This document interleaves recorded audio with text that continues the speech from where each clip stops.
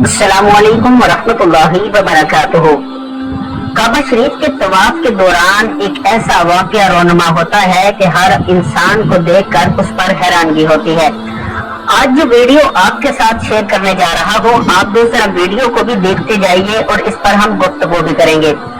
खाना काबा में तवाफ के दौरान एक शख्स काबा शरीफ के दरवाजे पर चढ़ जाता है। सिक्योरिटी गार्ड उसे रोकने की कोशिश करता है, लेकिन ऊंचाई ज्यादा होने की वजह से वो उस तक लेट पहुंचता है।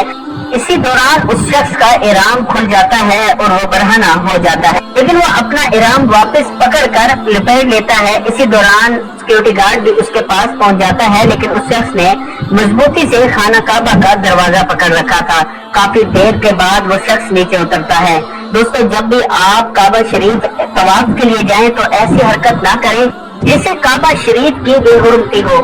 आप अपना तवाफ आराम से कंप्लीट किया करें, अल्लाह ताला कबूल करने वाला है। ऐसी हरकतें करने से आप कोई अल्लाह के नेक बंदे नहीं बन जाते, बल्कि ऐसी हरकत से आपको शायद गुनाह होता होगा।